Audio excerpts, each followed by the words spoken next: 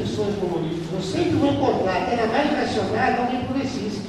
Bom, o que eu preciso saber é que força ele tem dentro daquele universo de ação dele, universo de intervenção dele. E nisso nós estamos perdendo.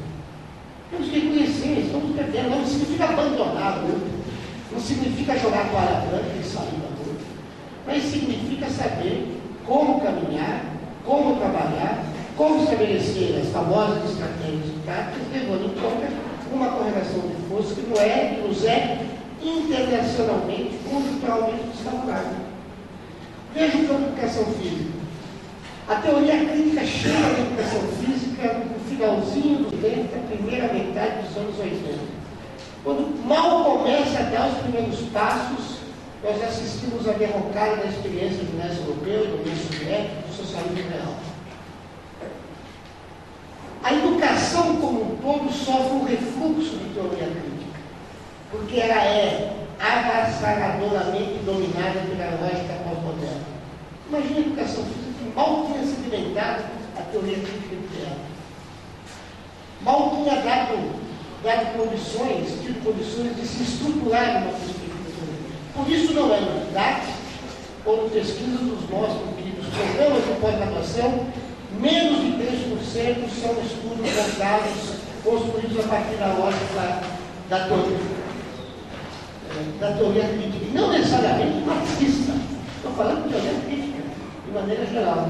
Mas não vem por que se assustar com isso? Queria que fosse diferente como? Veja a história da educação física. Não podia ser diferente. Nós somos contra-hegemônicos desde o primeiro momento até agora. E não estamos ganhando. Nesse momento de mega eventos esportivos, então, todas as atenções de governo, de campo esportivo, de população, está voltado para isso. Está voltado para isso. Esforços que existem dentro do Ministério do Esporte para fazer valer projetos de políticas sociais e esportivas, exige um esforço hercúleo daqueles que estão fazendo. Porque são esforços contra-hegemônicos. E aí sim eu me culpo pela ingenuidade de achar que, em um certo momento, eu teria, pela primeira vez na vida, a possibilidade de ter hegemonia. Bastou um mês no Ministério para perceber que eu estava equivocado. Que hegemonia de nada. Que hegemonia de nada. Eu chamo a atenção para você o seguinte: não há, na lógica da guerrilha, vamos guerrear. A Celi citou Santa Maria, a Silvana citou a UFMA, eu cito a Federal do Rio Grande do Sul, que também bateu martelo de licenciatura ampliada. Eu cito a Unicamp, que não é licenciatura ampliada, mas tem uma grade curricular articulada com conteúdos das duas formações, licenciatura e bacharelado, caminhando junto do primeiro ao 8º período de curso. Tudo isso não poderia estar acontecendo se as diretrizes fossem acatadas ipsis literis, ao pé da letra. Não há capacidade, é guerrilha que temos que fazer. É isso mesmo. A 0387 foi implementada da forma como previa. Fernando Beira Fonseca, relator da 03/87, chegou a dizer no evento da Unicamp em 88, né? Já, portanto, com as diretrizes de 03 já em vigor. As instituições de ensino superior que tiverem qualificação vão ter o bacharelado, vão fazer pesquisa. As que não tiverem vão ter que se contentar com a docência. Vão ter que se contentar com a licenciatura. Falou isso abertamente. Deve estar gravado, deve ter algum lugar disso aí. Não está comigo não.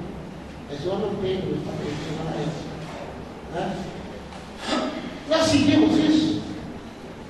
Quem trabalhou no campo da licenciatura deixou de pesquisar, não fez pesquisa, não teve uma formação crítica, dependendo do seu ponto docente. Então, veja, a correlação de forças é fundamental, sim. O que acontece na maioria das vezes, nós estamos ganhando alguns jogos, sim, Marcelo. Nós continuamos perdendo os campeonatos. Tá? Ganhamos muitos jogos. Mas está difícil ganhar campeonato. Né? Qualquer, né? Copa Brasil, brasileiro, tudo fora. Está difícil ganhar. Né? Então, essa voltamos à questão de fundo. Eu proponho que a gente separe a reflexão sobre a formação da disputa com o CONFEP, senão nós vamos dar mal. Então vamos misturando. Por mais que ela se articule em um certo momento, por mais que o CONFEP tire proveito da forma como está configurada, uma coisa é uma coisa, outra coisa é outra coisa. E vamos fazer essas duas, mas são lutas diferentes. E uma outra coisa que eu queria só citar aqui, que eu achar aqui, veja, a delimitação do campo de trabalho é diferente de fragmentação da formação. Eu estou dizendo que a nossa formação, mesmo tendo uma diretriz, o graduado, /bacharel e outro por licenciado, não precisa ser fragmentada. Nada me impede de não fragmentar. Como eu posso ter uma formação em licenciatura ampliada fragmentada?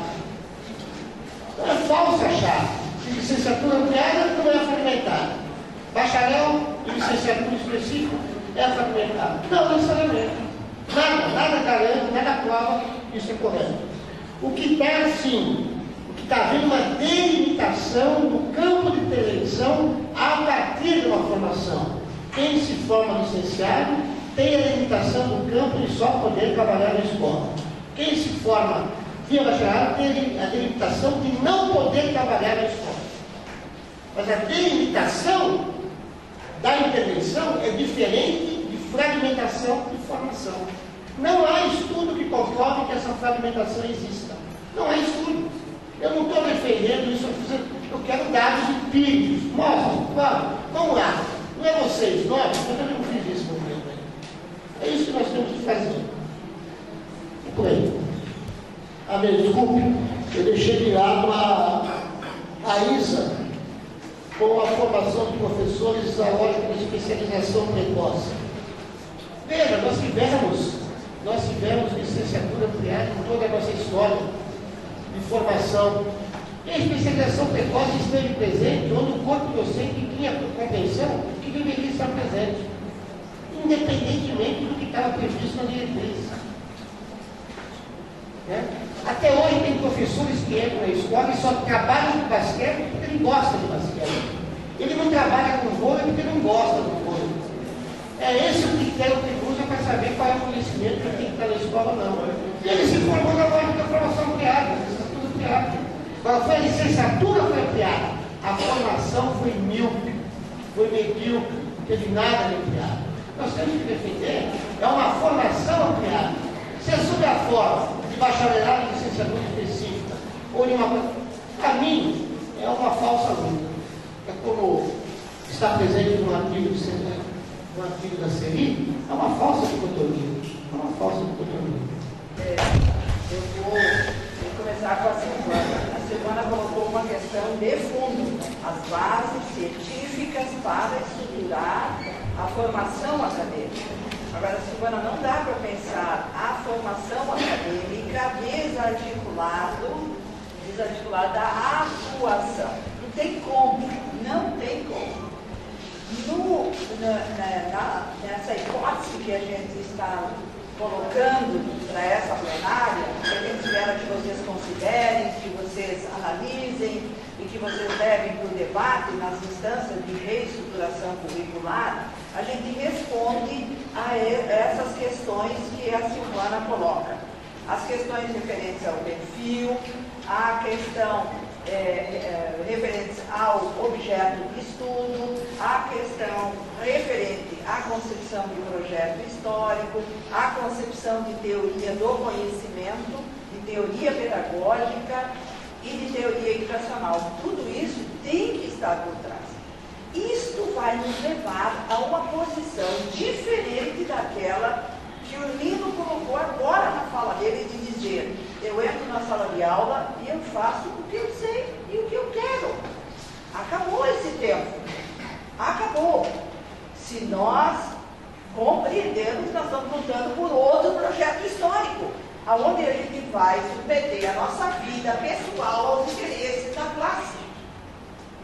E eu vou dar um exemplo. O movimento estudantil está dizendo: não dá para tirar a biomecânica do currículo do professores. As licenciaturas têm que ter biomecânica. E tem que ser o conhecimento clássico da biomecânica.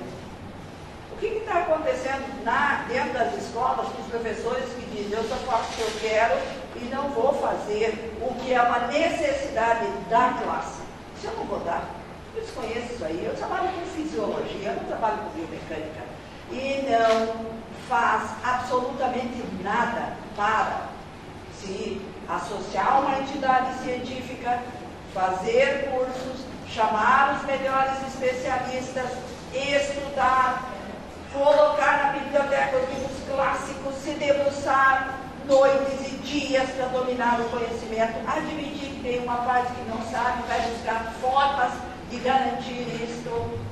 Portanto, o que nós precisamos é ter clareza que todas essas concepções de conjunto, elas precisam ser trabalhadas, sim, num corpo docente que tem que ser convencido, sim. Isso não é de uma hora para outra. Isso se dá em espaços como esses aqui. Isso se dá em espaços de diálogo, mas também de confronto. E nós vamos decidir as coisas nas instâncias, dentro daquela frágil democracia que nós temos. E aí você sabe como funcionam os departamentos, os colegiados. Chega um ponto, nós vamos ter que votar. Vai ter biomecânica ou não vai ter biomecânica? Ah, não tem professor para dar biomecânica, não vai ter biomecânica. Então, esta compreensão nós temos que ter. E o que nós estamos colocando é justo isso. Nós estamos colocando que nós vivemos sobre um modo de produção que precisa ser superado. Este modo de produção organiza o mundo do trabalho. Esse mundo do trabalho se organiza em campos de trabalho. Esses campos de trabalho se organizam em mercados de trabalho. E nós estamos formando pessoas que vão sair e vão atuar nesse modo de produção. E, portanto, elas têm que ter a sua formação acadêmica, não uma especialização precoce. Ela precisa ter uma consistente base teórica. E o que é uma consistente base teórica? É você dominar predominantemente o conhecimento da área da saúde? Não é.